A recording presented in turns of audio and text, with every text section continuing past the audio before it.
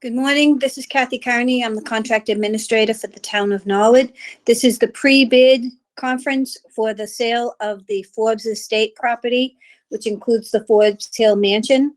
It is, today is May the 12th. It is 11 o'clock.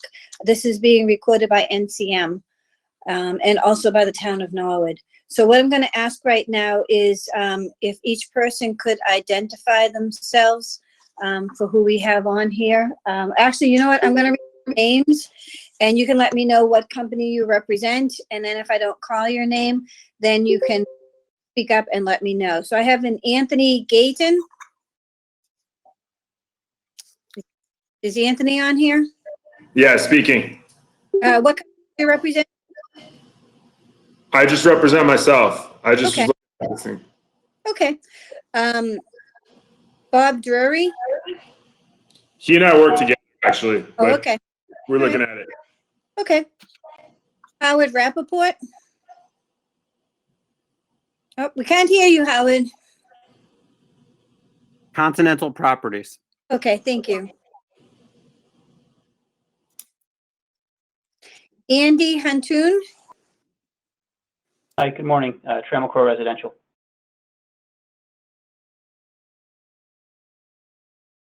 Okay. I have Paul Halkid is the, he represents the economic development and planning for the town of Norwood.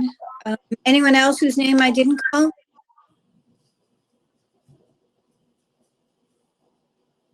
Is there a Stephen Fish I'm seeing? Oh, yeah, I'm here. I'm with Continental as well. Oh, okay. Yeah. Okay.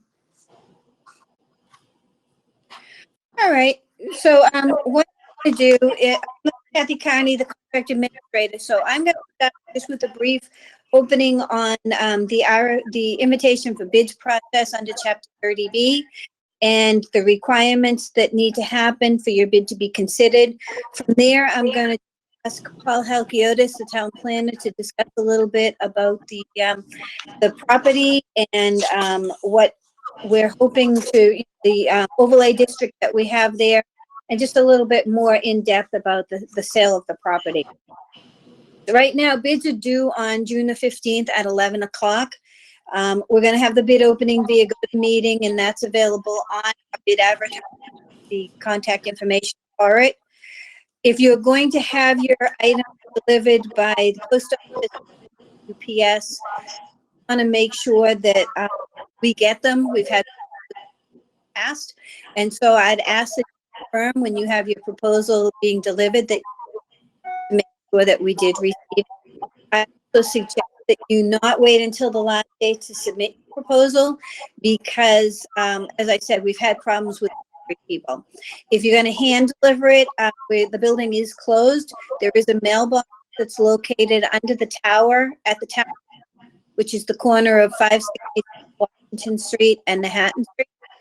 So what you want to do is there's a mailbox there. You can put your item in there. And again, call town hall. And we can confirm that we got your package.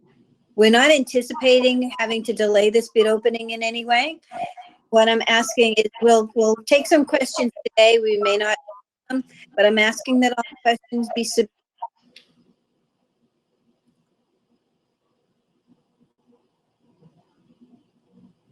in writing via email to me, and that we get the information to you via addendum. And again, anyone who has registered and downloaded the documents, that's where the addendum is going to go. So if you find that maybe you registered, but you're not the person who should be receiving addendum, you can have someone else from your firm also register so that we have their email. Everything is automatically mailed out via the registration list. Right now, the minimum acceptable price is $13 million. And there was a stipulation put in there, and I'll read it exact. It says any housing development for this site, whether as a whole or segregated into parcels, will only include housing dwelling units no greater than 2-bedroom units. So that is stipulated through this invitation for bids, and we just want to make sure that going into this and submitting a bid that you are all that there is a limit. Should you be putting in any housing development, it is a 2-bedroom unit limit. There is a requirement for a bid deposit, and in this case, it needs to be a certified check or a bank check in the amount of $25,000. There's also talk in the advertisement and in the documents about purchase and sale, which is going to be either minimum of % of the purchase price or $650,000, which is higher. That's kind of it for the very basics on the bid process. If you have any specific questions, feel free to reach out to me via phone, and I'll be happy to go into more details. Some of you may not have done any public procurement before, so there are quite a few appendices in this project, in these bid documents. You want to make sure that you have a chance to review them as well before you submit your bid. So with that, I'm going to open it up to Paul Haliotis, who can talk a little bit about the property, about zoning that has been done there, and anything else to talk about with it. Go ahead, Paul. Good morning. Thank you, Kathy. Kathy, some of your audio was breaking up, and so we want to make sure if anyone has any questions about what you said, they have a chance to do that. Sure. Good morning. We're here this morning to talk about the town sale of the 26-acre Forbes Hill property. It includes a mansion at the top of the hill. The property is off of Upland Road, and it generally slopes upward from Route 1A, Upland Road, up to where the mansion is located. The town 2 years ago approved a mixed-use overlay zoning district for just this particular property. The underlying zoning district is limited manufacturing, and we understood that by allowing more of a variety of uses, that it would increase the value of the land. Since it was zone limited manufacturing, the town, did originally intend for there to be some sort of commerce taking place on that site.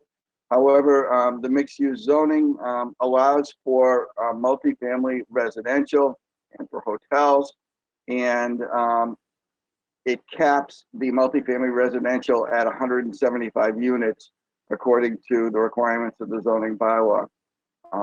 The addendums include a copy of that section of the zoning bylaw and a lot of information that we've collected about the property over the last few years. It's a great site. The top of the hill has some views of the Neponset River Valley, and it's got great access close to Route 128 and Norwood access to 90, its own municipal airport and its own hospital. If anybody has any questions about the zoning related to the property, you can feel free to contact the town's website, to the planning department, and you can reach me via email or by phone. I'd be glad to answer any questions. Okay, thank you, Paul. So at this point, we'll open it up to any questions you may have. Again, we'll try to answer them, but we would ask that you also put your questions in writing and email them to me. My email is ccarney@norwoodma.gov. That's ccarney@norwoodma.gov. So any questions? Quick question for you, Paul. This is Stephen Fish. How are you today? Just confirming the 175 housing units that you speak of per the zoning is inclusive of any senior housing, such as, but not necessarily limited to, congregate care, nursing, assisted living, memory care? So I would interpret that the residential multifamily units would be separate, and so up to 175 units of multifamily housing could be built, and then in addition to that, there could be a development of an assisted living facility or senior care, something like that on the same property. Okay. I will unfortunately note that a lot of beds have opened up in our nursing homes in the Commonwealth. Yeah, sadly the case in many places.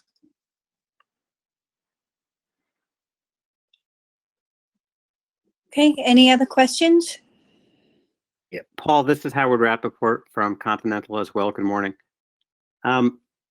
It's a couple technical questions, maybe more than a couple. Appendix C sets forth the zoning bylaw for the Forbes Hill planned mixed-use overlay district. Has that been formally enacted? Because there wasn't a date on it. It was a blank date.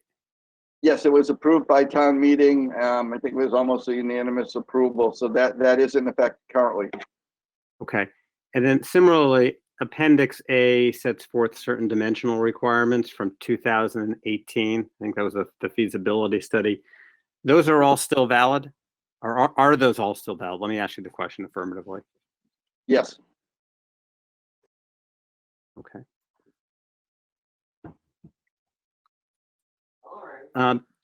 Section A on the invitation to bid provides that the closing is going to be within 90 days of the quote award of the bid. Yep. Is the award of the bid the date of the town's execution of the contract, or is it just the town's announcement that has selected a bidder? So when does it start running from? It would start running from the date of the award letter. So once a proposal has been received and reviewed by the town manager, it would go to the Board of Selectmen. They would have to vote that yes, they wanted to accept it. And then the town manager would issue an award letter. So it would be the date of that. So it with the Board of Selectmen a meeting every other week, whether they decided to have an emergency meeting in between, that's possible. So it would be once an award letter is actually issued, and we always email the award letter to the company who is being awarded the bid. And so upon that, on that day, that's when the time would start to run. Okay. So, and Kathy, is there a time lag between the issuance of the award letter and the execution of the purchase and sale agreement by the municipality? I believe that it's, no, I don't see that there is a specific time mentioned in there. It just says that they want to have it in a timely manner. So it's going to be as soon as, because there's going to be there's a development agreement that's there, correct, Paul? Yes. So it's going to be, and the development agreement is pretty basic. A review of the development agreement, then the signing of the purchase and sale. So I think that we'd like to get that moved as quickly as possible. Okay. And pretty much time is of the essence with this project. We did go out to bid last year. We had made an award, and then it fell through after nearly a year of discussions and, extensions. And so we're back out again. We've owned this property for over 2 years now, 2.5 years. And so now we're ready to move on with it as quickly as we can. This is Steve Fish. Quick question for me. The materials in your due diligence package indicate there's a possibility of subsurface issues, certainly possibility of some groundwater contamination and extensive rock, which would require obviously some blasting and so forth. Just wondering if there would be an opportunity for any subsurface exploration before a bid, or that's not something the town is willing to allow access. That's something that I would have to talk to the town manager about. I don't believe that it's something that you'd really have time to do, because we're opening bids on June the 15th. It may be, but I can ask the town manager if it's something that he would open to. My concern is that we would have multiple firms who would then want to do it. Paul, in any of the attachments that we had, did we have any site surveys done or anything that would give an idea of what's below surface? Yes, there was a phase 1 environmental assessment completed, and I think that's how Steve became aware that there was apparently some minor contamination. I think that the state DEP closed out that case. I would not be opposed to allowing some type of field investigation. However, we would want to make sure that there isn't any damage to the environment from bringing in any heavy equipment or digging or anything like that. So we did provide that information on the phase 1 study, and I think that might have raised a yellow flag where the village would dictate further investigation. Yeah, they did. There was some language in there for some further inquiry, but okay, we'll think about Yeah. that. Circle back to you on that, and we'll probably be issuing an addendum as a result of this, so it will get emailed out to you as well. Okay, But please Thanks. put that in writing, email me with that so that I have of all course. of the particulars of it. We can make sure we get that.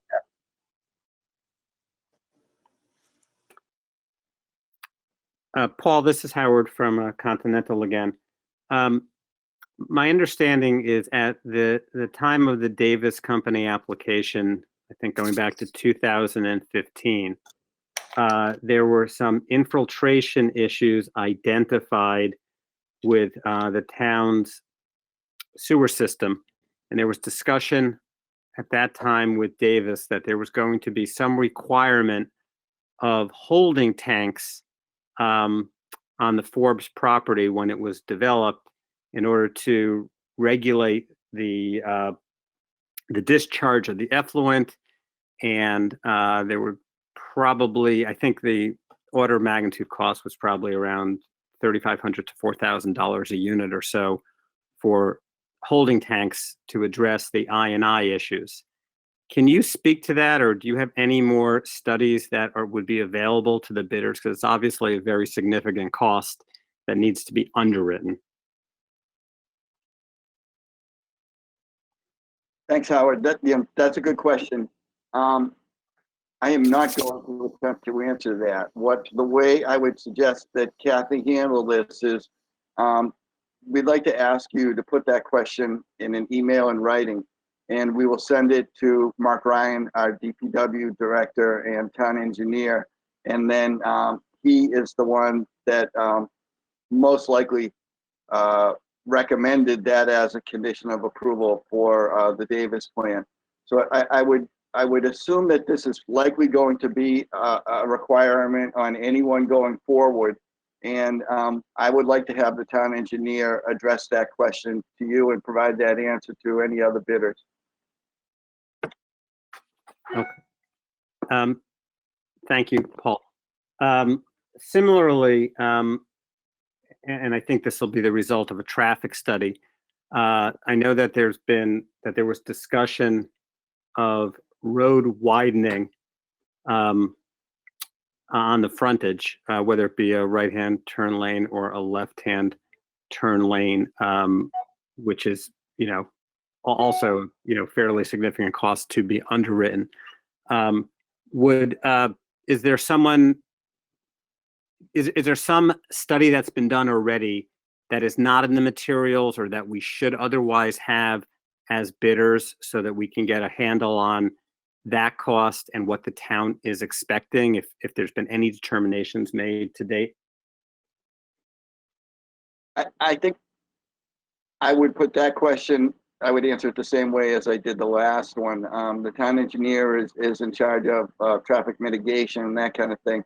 I am assuming that there will need to be some turning lanes installed to provide ingress and egress to the site.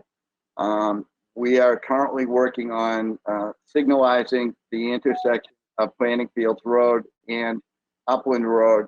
And I think that there may be some turning lanes associated with that.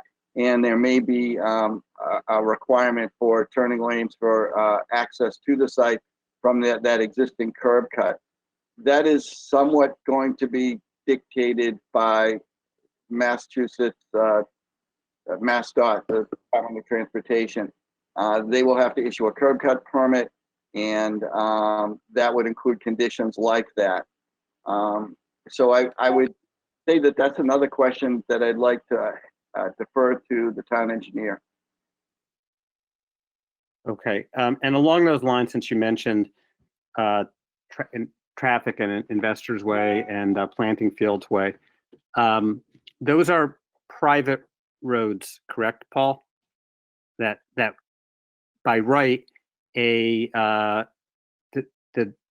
ultimate developer of the Forbes Hill site would not have right to connect to for an emergency access.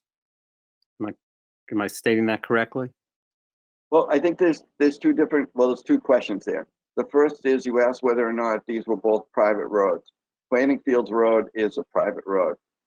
Investors Way in technical planning terminology is a common driveway. It is not a road that has been laid out or approved by the Norwood Planning Board. It looks like a road and it's got a traffic signal and it seems like a road, but it doesn't technically meet the town standards to be either a public or a private road. The second question related to permission to use those roads, and that information is in the easement documents that were provided, and I think you've looked at those. I would think that. So your third question was about emergency access, and I view emergency access differently than I think that the Norwood first responders would be able to have the ability to access that site through any gated entries that are currently there now. Typically, as conditions of approval, if something has to be gated, we always require that keys or some kind of emergency access be provided to our police and fire department in the event that they need to get there in an emergency. And so I would consider that different than just regular normal access. And we would, and most of the time, the people that we work with, the real estate developers, understand emergency access needs to be provided, and that they would usually work with us to provide that to our police and fire departments. Paul, thank you. Howard again. You mentioned the curb cut, and during our kind of preliminary due diligence, it's clear to us and to our local engineers that we're going to have to get a MIPA permit. Is the town aware how long of a process that truly can be with MIPA? Because it doesn't sound like it can be a quick process. I'm not certain that this is going to trigger an environmental impact report or trigger the MIPA process. I'd have to review, first of all, there need to be a development application so we would understand how many units or what specifically is happening and whether or not that would trigger any of the MIPA thresholds with the state. There was an environmental impact report done for the whole property when it was first divided. The Polaroid property was kind of split in half, and the Campanellis had to follow the MIPA process. And what came out of that MIPA process was that at certain trip generation thresholds, they would have to signalize that intersection of Planning Fields Road and 1A. I don't know. I guess I wouldn't assume that a project on that site would trigger a MIPA threshold. And I'd recommend that you have your professionals, your engineers who might be familiar with what you'd be proposing, review the MIPA thresholds to determine whether or not it's been triggered. Oftentimes, for smaller projects, and in terms of MIPA, this would be considered, I think, a small development project. An environmental notification form would have to be submitted to the state, and there would be a comment period, and then the Secretary of Environmental Affairs would make a determination of whether or not a full environmental impact report would be required. So my guts tell me I don't really think that might all happen. I think that it could probably just be, if a MIPA threshold was triggered, that that process might end at an environmental notification form level and not need to file a full EIR. I don't have all the background, but our engineers are telling us that it is triggered on really 4 levels, because from what their analysis shows, that a sewer extension would trigger it, the street opening permit from Mass Highway Department would trigger it, the riverbank setback would trigger it, and the 100-foot buffer zone would trigger it, as well as the trip generation. So they think from 5 criteria rather, it's tripped? And if so, they think it can be a full-blown MIPA permit, which, I think we're all familiar with, is a protracted period of time. If that's what your professionals are advising you, then, they've looked at it closer than I have. The MIPA process has timelines and deadlines. And so I think they'd be able to advise you on what the time frame is for just the first level of review through an environmental notification form. And if it goes beyond that to a full EIR, there are also timeframes that are associated with those permits. And so I think they should be able to give you a better understanding of what the timeline would be if various environmental reviews are triggered. Okay. And I guess, which leads me to the next question, which hopefully you can speak to. The town, pardon me, the invitation to bid, I'm just taking out my notes, Paul, discusses that there will be, town will allow up to 180 days for the bidder to receive approvals. Is 180 days inclusive of the 90 days plus the 90-day extension at the town's discretion? That's the 180 days, correct? It's the same thing we're talking about. Maybe this is for Kathy. I'm not sure who it's for. Kathy? I can't speak on that. I'll have to talk to the town manager and town council on that. Okay, because I guess my question is, a MIPA process, if it's a full-blown MIPA, can take, depending if it's done concurrently or sequentially, it could take 18, 24 months. It could take a long time. Is the town prepared to, if the purchaser's moving diligently, to wait for that? Because you can't put a shovel in the ground and move dirt and do anything unless you have that. Just realistically, for any bidder, not just us. Right. No, again, put it in writing and let me talk to the town manager on that. Okay.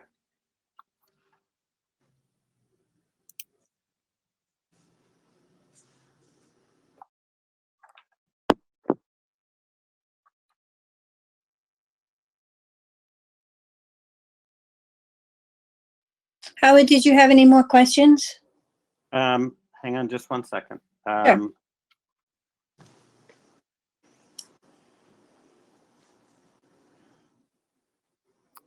Yeah, one other question, Kathy. Subsection C states that the town reserves the right to charge the daily fee for the delay in closing. Mhm. There's also a reference in the invitation to bid to a fee of $2,750. If the approvals haven't been obtained within 180 days, is the town allowed to an extension beyond 180 days without charging the fee, or is the town required to charge the fee? By statutory law, I don't believe the town is required to. I do believe that this was what the Board of Selectmen wanted to do, is that any extension would come at a cost. And I think that it probably was driven by how long we waited with the previous bid that we had done, that then was drawn out to over a year.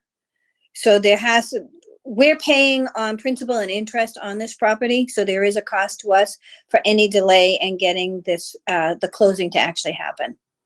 So I would say that it is something that the Board of Selectmen has chosen to do and that they would do for anything beyond that. But right now, they're looking at trying to stay within that time limit that's been explained.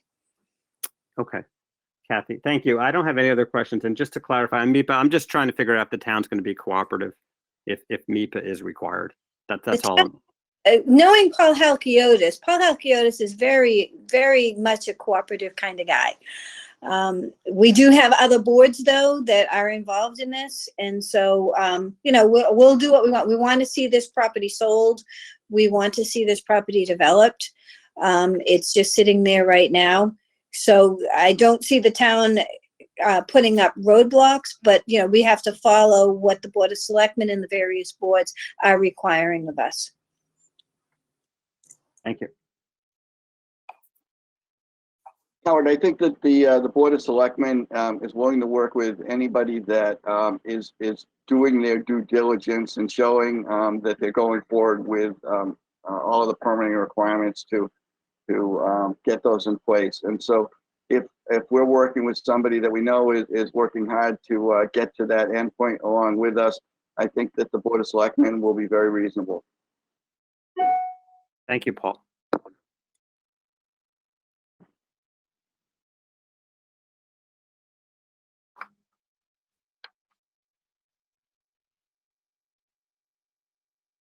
Okay, any other questions? Again, what I'll remind you is that the bid opening on this is June 15th. We will be issuing an addendum with answers to these questions. We'll try to get them out as soon as we can. I can't say that they're going to go out tomorrow because there are multiple people that we need to talk with, but they will go out. They'll go out via an email. The way we've always held it and the Inspector General has required is that no addenda will be issued in less than 48 hours before the bid opening. So I'd suggest if you have any questions, please make sure you get them to me as soon as possible so that we can answer them. I'd rather have an addenda go out, or if we should have to change bid opening date, do that, then have a bid open and then us have to reject everything because something wasn't quite right, either in the documents that we gave you or something was unclear. So if you have anything that really sparks your interest or tells you that, wait a minute, something doesn't seem quite right here, please give me a call or send me an email, and would rather make an adjustment to our bid documents now than have to make any kind of amendment after the bid opening happens, or to cancel it and have to do this again. So Kathy, as, is there a bid form somewhere in the due diligence? Maybe I missed a specific Yeah. form. in the original documents, so on page 15 of the bid documents is your bid form. And then Okay. there is a signature, and then there's all the non-collusion and payment of taxes and everything, all of those standard forms as well. Okay, great. Thank you. Okay, is there anybody on this call that we did not register, that we didn't speak to in the beginning? Get your name and get the company that you represented. Okay, well, at this, and I'm going to end the pre-bid meeting for the Forbes Mansion. We'll be issuing via email, and if you have any other questions, feel free to reach out to me. I can then forward things to Paul Halkiotis. It's easier if everything comes through me first, and then we can make sure we keep track of it and get the questions and the answers out on any addendum. Thanks, Thank Kathy. you. Thank you very Thank you. much.